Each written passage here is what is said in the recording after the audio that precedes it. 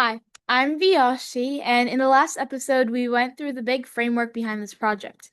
Things like the educational plan, the MSBA partnership, and the design process the town has to follow. Today, we're zooming in on one piece. Students really feel.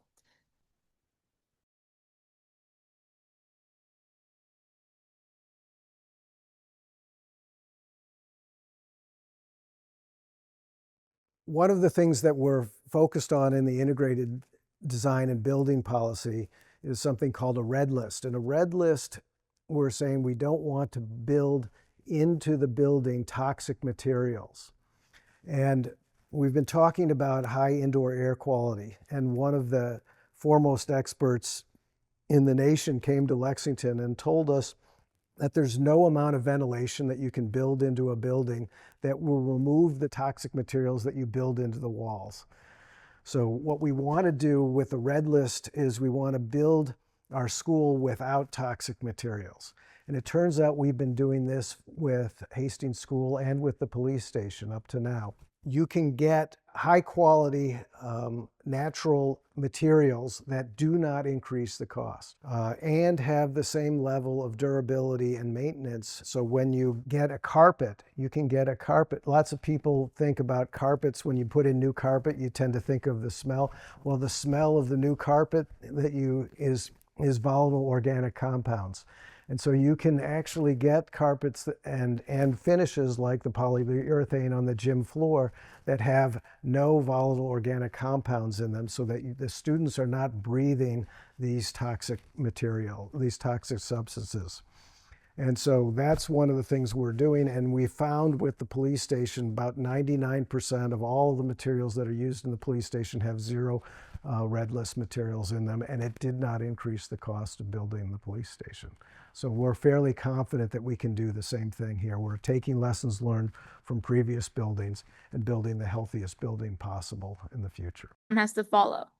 Today, we're zooming in on one piece students really feel, even if we don't have words for it. Sustainability and how the building affects our bodies and brains. Things like air quality, light, noise, and temperature. I sat down with Cindy Ahrens, who's been deeply involved in the sustainability work for the proposed Bloom design, to talk about what this could actually change for students and teachers day to day. Let's jump into that conversation. Today, in our educational series, we're going to focus on one of the biggest questions students and families have about the new LHS building, how sustainability is really going to be. To help us with that, I'm really excited to be joined by Cindy Ahrens. Cindy has been deeply involved in the sustainability work for the new LHS project, so this is our chance to hear directly from someone who's been inside the process. Hi, Cindy. How are you doing today? I'm doing great. Thank you for having me, and I'm happy to sort of talk about what things that really make me excited about the design. That's great. So I want to start off by asking, what is the IDP, the Integrated Building Design and Policy? Yeah. So it's a longer term. The term for the policy is actually the Integrated Building Design and Construction Policy, but that's a lot of words, and so we shorten it into just IDP. So that is a policy that the town adopted in 2019. We did an update to it in 2023. Some of the updates were looking at embodied carbon, maximizing solar, adding in zero waste principles. So that applies to basically, it's not just about schools. It applies to any building that the town owns. So any new construction, this policy is sort of in place. And what it does is it sort of lays out a bunch of things that need to be concerned with in the design. And one of the really important pieces of it is that it's integrated, like trying to integrate the design process and also make it iterative. So that all of those things are not only good for sustainability, but good for lowering costs, good for sort of smoothing out the process, and sort of getting everybody involved. Yeah, that's great. So how did the IDP specifically be involved with the new LHS building and Bloom in general? Right. So like I said, any new building, the IDP is sort of needs to be in place. And again, myself as the chair of the Sustainable Lexington Committee, along with members of the Permanent Building Committee and members of the School Building Committee, sort of all work together, and those of us on the SLC and PBC really at the beginning of the project sort of educated members of the SBC and the design team about what it really meant to have an IDP, and how that ties into also any sort of specific bylaws. We have specific bylaws and zoning bylaws here in Lexington that from anything like it has to be an all electric building to how many EV chargers need to be there, sort of getting the whole team to understand what is there, and then tying in lots of great rebates and incentives to lower the cost uh, from Eversource, Mass Save or Eversource, the utility. There's actually even some federal incentives that we should be able to get, even though there's a bunch of them that are going away this year, but there are still some, especially for geothermal, the heating system, that we should be able to get. So it's sort of getting everybody to understand that sort of holistically how you should build a very healthy, uh, low emissions, high performance, high resilience building. Well, that's great. I like to hear how the IDP is involved with how our new building's being built because I think, sustainable insight is very important, especially when it comes to a more progressive society. So, how did sustainability become involved in this project, and to what extent did you guys play a role? Right. So as I explained early on, we were just sort of letting the design team and the the school building committee um, know sort of about the process and what things need to be looked at. Like I said, things like maximizing solar on the property. Also, doing something that's going to get us a lot of money from Eversource, which is the very highly efficient all-electric geothermal and air source heat pump heating and cooling system. But it also means things like really good air quality, good air filtration and airflow, so that makes it healthier. Um, to things like um, staying away from the red list. And the red list is a list put together by an organization called the Living Building Challenge. And what it does is it identifies uh, products that you basically want to stay away from. So things on the red list are things that are highly toxic. And so the idea is that when you avoid red list items, you greatly reduce the amount of toxic materials that are in the building, and that obviously helps health and well-being, better test scores, better studying, happier, building occupants, all of those things. So, and I also want to ask, you asked about how much were we involved. So at the beginning, and then we sort of highlighting and giving everybody an overview of what the IDP is. And then there's been a lot of, you've probably heard, and maybe even have attended, focus group meetings and public meetings. And I myself and some of my colleagues have attended a lot of those to basically give our input and sort of keep reminding people about the IDP and why it's important to do all of these things. Because as you know, in school, you don't just read things once and learn it. You've got to practice it over and over again and talk about it a lot. So. Right. It's actually so interesting to hear about how sustainability is so broad and how it ranges from our environment to also student health and student life, additionally affecting student performance. So I want to hear about that aspect and like what is the biggest sustainability feature in the new building that students should be excited about? That they should be excited about. Should. Well, yeah, I mean, there's things that I'm certainly excited about. I'm really excited about using a geothermal system. So basically, the way we're going to heat and cool our building is by taking energy that's underground and bringing it up into the building. It's like the most efficient way that you can heat and cool. You're doing it without fossil fuels, so you're not burning gas, right? So you're not making emissions, you're not creating toxic, sort of air pollutants. And so that's one of the things I'm really excited about. But I think that the thing that I'm most excited about, and I hope that students are excited about this too, is in terms, so it's going to be an all electric building. And how do we power that building, right? It's going to need a lot of power.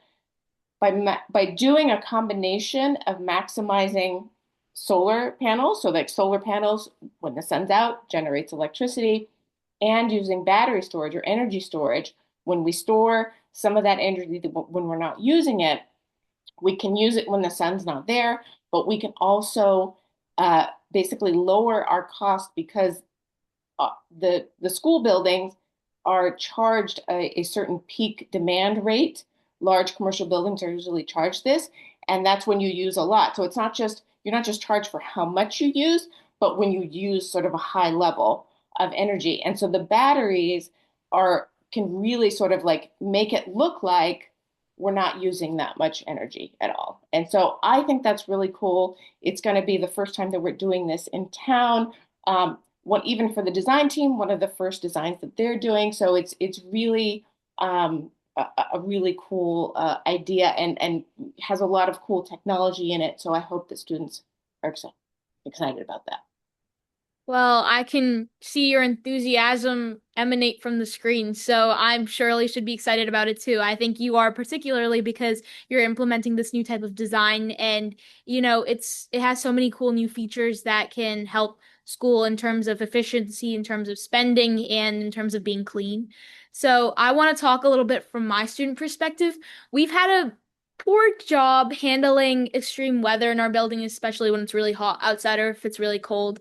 How do you think the new school building will handle extreme weather, heat waves, and future climate risks? Yeah, it's actually a really, really great question.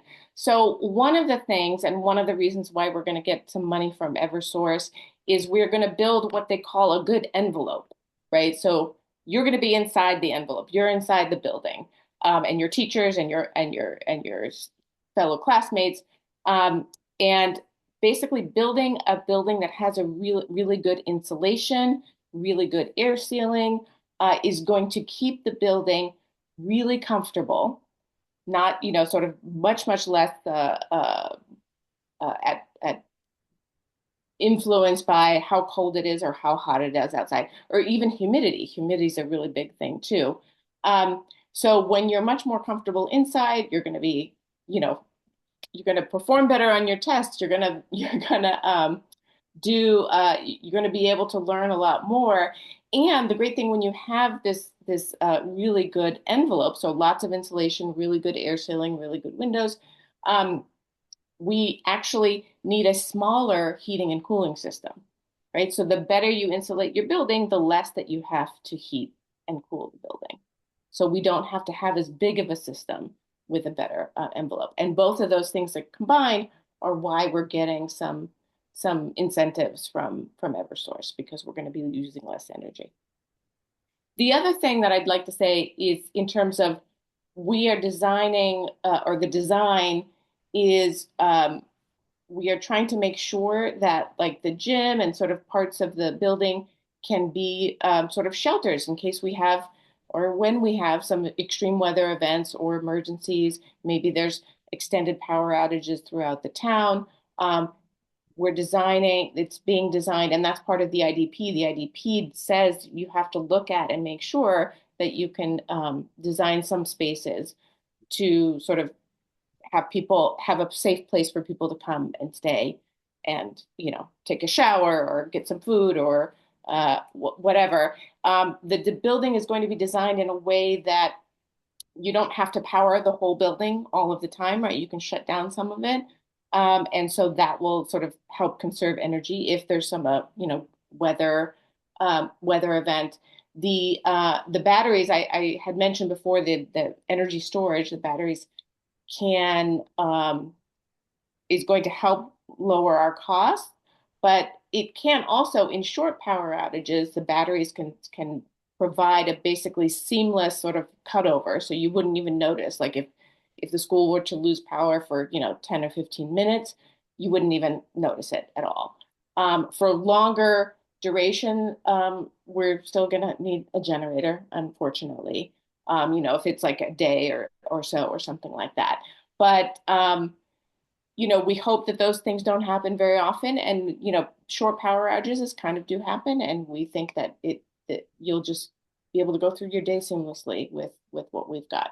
And there's a lot of other sort of from the early on, very sort of monitoring systems that I'm hoping that students will be able to see as well, and sort of that the staff and building, facilities, people will be able to sort of manage the building better and sort of have a good idea of what's running well. Maybe there's something not running well, and that will also help like keep things running well when you have weather events and stuff like that. Right. So it's nice to acknowledge, how investing in quality short term can help long term in terms of community and society, and how something as big as like the new LHS building can affect our future in the bigger picture, such as, how you said it could be a safe place for when there are actual emergencies in our town. And to shift gears right now, I want to talk about something that I heard you particularly specialize in, which is how LHS uses single-use foodware at the moment for over 2,000 meals a day, and how we will be switching to reusable items. And I want to know how it will change costs and sustainability long term. Yeah, yeah. So, and those 2,000 meals a day, that's breakfast, because we also serve breakfast at LHS as well, in addition to lunch. A lot of meals, a lot of single use. So, and I had mentioned earlier that in the update of the IDP, we had added in sort of these zero waste principles. Zero waste principles are really reducing waste, right? So in the current LHS, we have a dishwasher because they cook a lot of great food. Hopefully, you like the food there. I think there's a lot of stuff that's done really well. We have a dishwasher for pots and pans, and so basically, moving to reusables for like the forks and spoons and knives and the trays and the boats and all of those things. Um, Basically, the dish room is going to have to be a little bit bigger. The dishwasher is going to be have to be a little bit bigger. We might need a little bit more storage space, but really, we're not going to need storage space for all of those single-use items. So the reusables will take place of that. And something that I'm really excited about is that as we're learning, I mentioned that the IDP is also concerned about health, not just sustainability, right? Um, the the we are learning more and more about the harms of plastic, especially associated with foods. So plastics and microplastics next to food, especially warm food or hot foods. So the extent to which we can get plastics away from our food is also a, an ideal for the IDP. So those trays are going to be stainless steel trays, really cool. If you ever go to Harrington School is actually using them. We actually were able to get that up and running at Harrington School. So if you want to see kind of what it looks like, so that I mentioned how it's not going to take up too much more space. It's going to save us money on all of those single-use plastics. It's also going to save us money on because our waste hauling, right? Even compost, even food waste, even compostable trays need to be paid for to be taken off and turned into compost, right? So all kinds of hauling of the waste, the less waste that you have leaving the building, the more money that we're gonna save. So I think there's a health aspect, reducing waste aspect, saving money aspect. So there's many pieces to it. Yeah, I actually didn't know about that Harrington initiative, but it sounds really cool. And, I've seen as somebody who went to elementary school in Lexington since second grade how food waste has evolved in our Lexington community over time by introducing compost in many systems so that it reduces.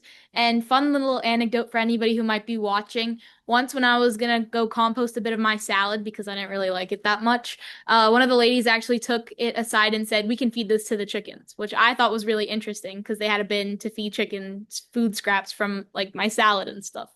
Um, but that's really cool about what we're doing about food waste. Me personally, I think my mom switched over to more reusable stuff for parties too. And you can kind of see the difference. It makes you feel better when you throw out your trash. So it's nice to know that it both affects costs and how clean we are regarding waste, food waste, and any waste regarding, that kind of aspect of sustainability, especially in like our cafeterias and stuff. So, Yeah, I want to add to that because thanks for talking about it that way. Um, I hope and I think with the process that's sort of we already have within our schools, but we'll certainly continue with a new high school, um, is that the fact that we're separating these waste out, food from plastic, we're hopefully people are more aware of how much food is actually being wasted. And because we know that, especially now, like food prices are going up, it's for some people, it's a very important thing to be able to have affordable food and sort of to understand that we are what we're throwing away, that we shouldn't throw it away, and that's why it's great that we have share fridges. I'm sure that will continue um, just to make people more aware of it's not just that you don't want it and you're going to throw it out, but like how else can we get it to people or chickens, um, and so it doesn't end up being waste because there's a lot of resources, water resources, all sorts of resources that go into growing food, right? And so we should really reduce that as well. right. And by taking initiatives like this, I feel like you make your student body more aware as well so they can get involved. Because I remember there used to be student volunteers who used to help in elementary school with composting, and now it's moms in high school, but also like they kind of make it so that you open your eyes to what you're doing with your food. And I think it's important to spread that kind of awareness to a new high school, especially when kids are going to be more involved with this new school and are maybe going to want to take more initiatives and are going to see that when they have this kind of new change in how they eat their food. So, building off of that, I want to actually talk about other things that we're doing to reduce environmental strain, such as like the rooftop solar and battery system. So, could you talk about that and how it affects the strain on the local electrical grid? Yes, that's a great question. So we talked about, I talked earlier about the solar and battery system lowering our costs, lowering these peak demand charges. But what it also does is just like any system, so the electrical grid, there's electrons, right, that have to pass over the wires to power whatever it is you need to power, your heating and cooling system, your lights, your laptop charger. Um, and the distance that those electrons have to travel, there is some loss there. So there's some loss of efficiency, right? You can sort of imagine like carrying a wet towel from here to here. You're going to lose some of that water once you get to the other, your destination. So when you have power generation closer to where it's actually being used, that's really more efficient. So that's one piece. It also helps the surrounding grid because, as I mentioned before, you know, sometimes during the day, there will be times when we are generating more energy from the solar than the building is actually using. Now, some of that we're putting into the battery, use at night, but there could be, especially like during the summertime when school's out, we're still going to collect that energy, right? And if there's not as many students in the building, that energy can go and help the local grid because the energy that's created there will go to whoever needs it. Now, the town will get credit for it, but it will go to our local electricity grid and it won't just sort of be lost.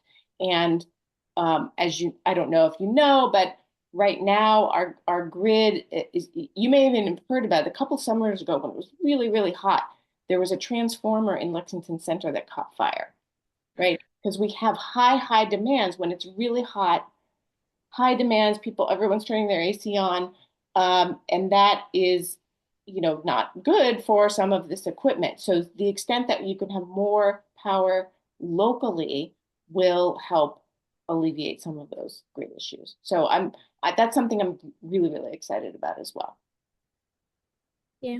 I actually really like the way you explained that too, because it helped me understand it being a junior and everything. So, in chem, if I ever get really confused, maybe I can shoot you an email and you can help me understand how electrons work a little better. I'll try. I'll try. I wasn't the best in chemistry. I'm a mechanical engineer, wasn't the best in chemistry, but Okay. I will have it a I try. got you. I got you. But I seem to understand that a little more than I thought I would. So that was really great explanation. And you were talking maybe before about how operational carbon will be almost zero. Could you explain what's the difference between operational carbon and embodied carbon and how that applies to this project? Yeah. So I had mentioned, right, that we had added to the newer version of the IDP how we have to look at, so no requirements, but how we have to look at embodied carbon. So um, to very much simplify it, I said, there's like you said, there's operational carbon and embodied carbon. So operational carbon is whatever sort of carbon emissions, CO2 emissions that might be generated during the operation of a building or a thing or your car or whatever it is, right? Um, in typical buildings that have maybe they have a gas-based heater or water heater cooking, there are certainly emissions coming from the burning of those fossil fuels. If you don't have a lot of solar or don't have any solar, even the electricity you're using would have some emissions associated. So all of those things are operational carbon. Embodied carbon is the amount of, sort of carbon emissions that are created in the generation of whatever that sort of object is that you use. Um, your car, your iPhone, your clothes, and in this case, a building, right? The concrete foundations, the steel beams, the wires for all the electricity, the furniture, all of the furniture, that goes, and the windows and the walls, the drywall, all of those things have emissions associated with the generation of them. The way you calculate embodied carbon is you take all of those combined emissions and you divide it over the years the lifetime of whatever is the thing that you're using, right? So the longer you use something, the lower the embodied carbon. Let's say, for example, if you probably don't do this, but let's say you bought, a new iPhone every year for 6 years, or you had one iPhone for 6 years, right? They're the same iPhone, so you have the same amount of embodied carbon, but because you had used six of them in the 6 years, then that's six times more embodied carbon than just one iPhone. So that's why, the longer you use something, the lower embodied carbon that it has. There are things that certainly some people may say, well, I've got to build a building. I can't build a building without windows or anything like that. There are some sort of construction equipment and even other things that might have a lower overall carbon emissions to create them. There's something called low carbon concrete. There's also ideas of using mass timber, like more wood rather than steel in buildings that will lower the embodied carbon. So uh, the design team is looking at a few of these things. What we really need to do is what hasn't happened yet is a whole calculation of the embodied carbon. But in the IDP, we put it in the IDP for the first time to really sort of say, we need to look at this and we need to measure it. There was no specific requirements about using X, Y, or Z product because of its embodied carbon, but just really being aware of it and starting to look at it and measure it. Yeah, and I think it's great to be mindful of embodied carbon, especially in such a large project where so many resources are going to be required to build such a big school. Absolutely. So, previously, I feel like you mentioned our trash goes to an incinerator in Lawrence, which is like an environmental justice community. So, how does reducing waste here help reduce pollution for communities like Lawrence? Yeah, I mean, I don't even have to explain. You just explained it very, very well. Yeah, so all of our all of Lexington trash, not just the LHS or the school systems, all of Lexington's trash goes to an incinerator that's just across the river from Lawrence, right? Um, so it's basically burning up all of our trash, and so there are scrubbers on these incinerators that try and keep some of the toxic materials out, but all of the emissions and whatever toxic pollutants are getting out, we're sending to our neighbors, right? Rather than we're sending this trash. People talk about throwing things away. Well, it's not going away. It's going to another town and it's being affected by another town. Um, so the extent that we can reduce what we send to that incinerator, we're also helping create a healthier, better, community for our neighbors and not just ourselves.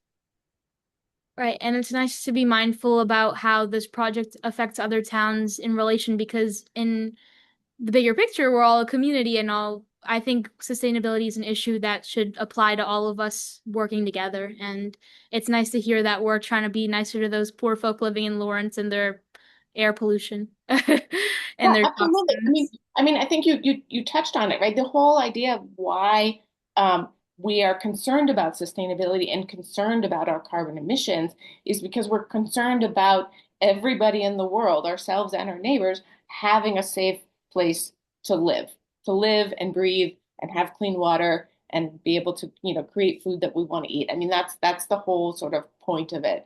But bringing it home, it's hard sometimes, right? To think about like to worry about all 8 billion people in the world, right? And to sort of bring it to yourselves and your neighbors. Sometimes it's a good sort of reminder.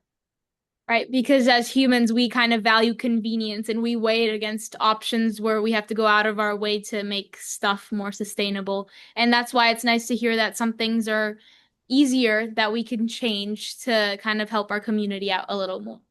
So, how does choosing an all-electric school reduce pollution in communities near like methane gas power plants? Yes. Well, so that's a very good point, right? Because if I talk about moving or having a building that might have fossil fuel systems and burning fossil fuels here in our community, if you make it all electric, a lot of times what happens, the electric grid is powered some portion by renewable or non-emitting zero carbon emissions, zero fossil fuel burning, things like solar and wind power. There's also hydropower. Um, but there are about sort of 40 to 50% of our entire region's electricity comes from methane gas power plants, right? And so the extent to which we can keep our energy generation local and not from the methane gas generation plants, we are reducing the sort of pollution and pollutants that exist in the neighborhoods that live, the people that live close to those plants. And they're usually, they're typically in underserved communities, right? There's no power plant here in Lexington, right? There's no incinerator here in Lexington. It's got to come from somewhere else. So basically, by making it an all-electric building, maximizing solar, using the cool sort of battery technology, all sort of keeps it local. Right. And I have no more questions left for you. So thank you so much for being there to answer so many questions about sustainability and how it affects our new school. I am happy to do it anytime.